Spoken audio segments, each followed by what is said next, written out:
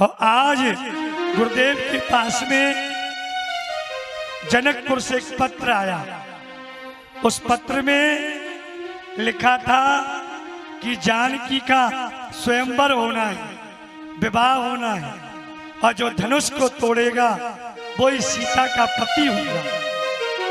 विश्वामित्र ने राम जी से कहा, राम लक्ष्मण तुम भी चलो। क्यों? कहीं तुम्हारा भी नंबर आ जाए। चलो। और लेकर के राम लक्ष्मण को चले। अब बंधुओं एक बगीचे में ठहरे।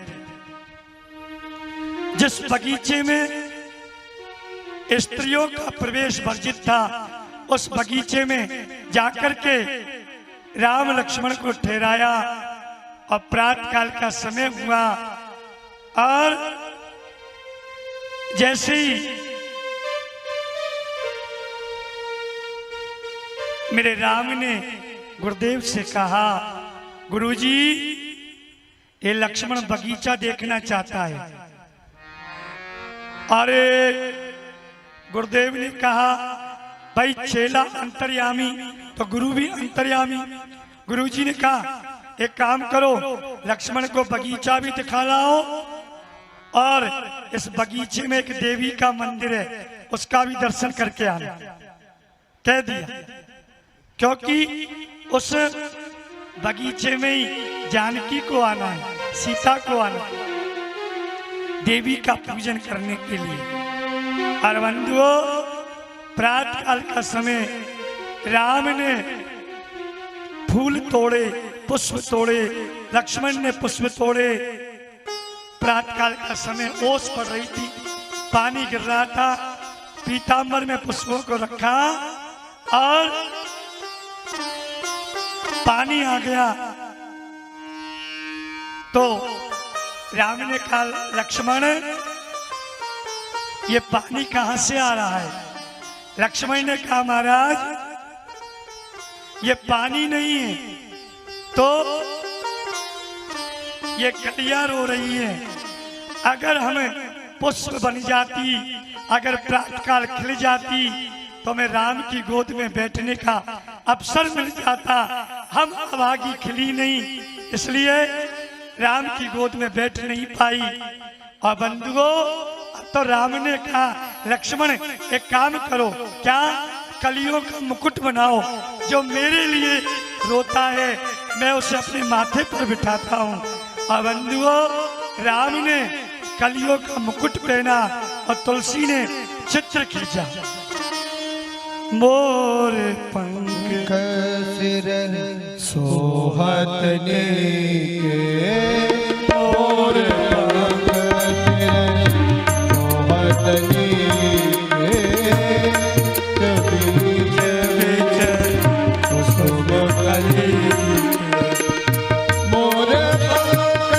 सिर सोहत ने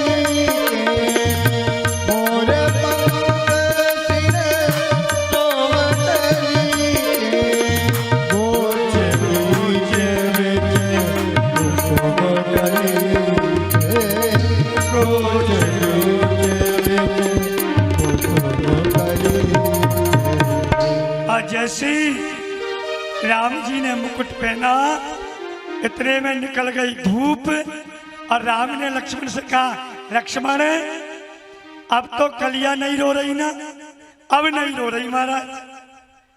इस प्रकार भगवान ने कृपा की और आगे चल करके बैठ जाइए, बैठ जाइए,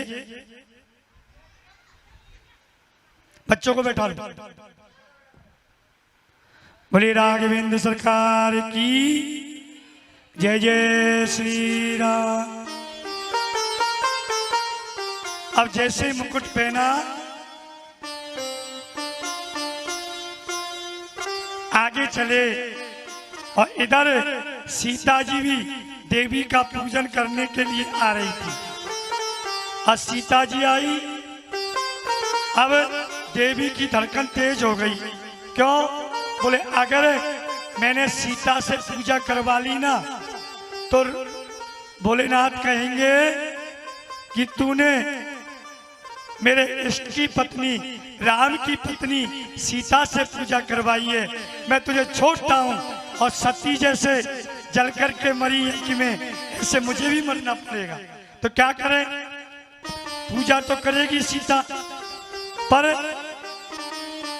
पार्वती ने सोचा, पार्वती ने कहा अगर सीता मेरी पूजा करेगी, सीता अगर स्तुति करेगी तो मैं सीता की स्तुति करूंगी। अब बंधुओं, सीता ने आकर के पार्वती की स्तुति की और सीता ने कहा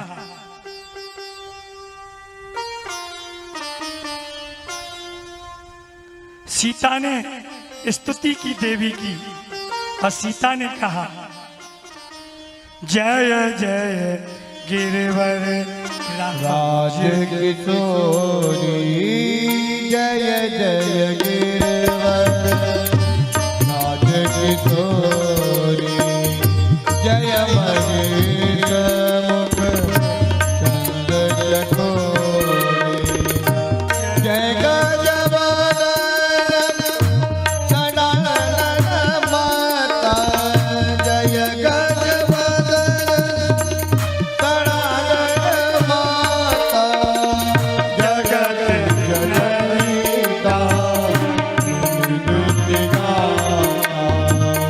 जगत जननीता दुर्गा। सीता ने कहा जय जय गिरिवर राज किशोरी, जय महेश मुख चंद चकोरी। आप पार्वती बड़ी हैं, आप हिमालय की बेटी हैं और पर्वतों में हिमालय सबसे बड़ा है, इसलिए पार्वती तुम बड़ी हो।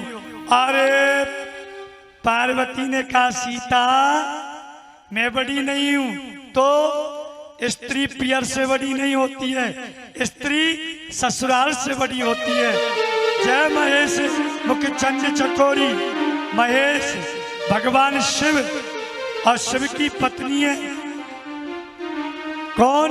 शिव के इष्ट है राम और राम की पत्नी है सीता, इसलिए सीता तू बड़ी है। अरे सीता ने कहा फिर मुझे बड़ा बना दिया। फिर सीता ने कहा स्त्री ना ससुराल से बड़ी होती है ना पियर से बड़ी होती है, स्त्री वो बड़ी है जिसकी संतान अच्छी है। और सीता जी ने कहा माता जी आपके बेटे गणेश जी कार्तिकेय और गणेश जी की पूजा देवताओं में सबसे पहले होती है, इसलिए पार्वती तुम बड़ी हो। और फिर कहा जय गजवदन सडानन माता, जय गजवदन सडानन माता, जगत जननीता दुर्गा, जगत जननीता दुर्गा। सीता ने कहा जय गज भजन सडानन माता, माता जी आप गणेश जी की माँ है इसलिए आप बड़ी है। अरे पार्वती ने कहा मैं तो गणेश की ही माँ हूं, पर सीता जगत जननी दामिनी दुर्गा, तू तो सारे संसार की माँ है, इसलिए सीता तू बड़ी है। फिर पार्वती ने कहा फिर मुझे बड़ा बना दिया। आगे अंतिम चौपाई में कहा माता जी आपका ना आदि है ना मध्य है ना अंत है, आपका तो कुछ पता ही नहीं है। और सीता ने कहा भव भव विभव पराभव तारिणी, भव भव विभव पराभव तारिणी, देश विमोहिनी भुवन विहारिणी, देश विमोहिनी भवन विहारिणी। नहीं तब नहीं तब आदि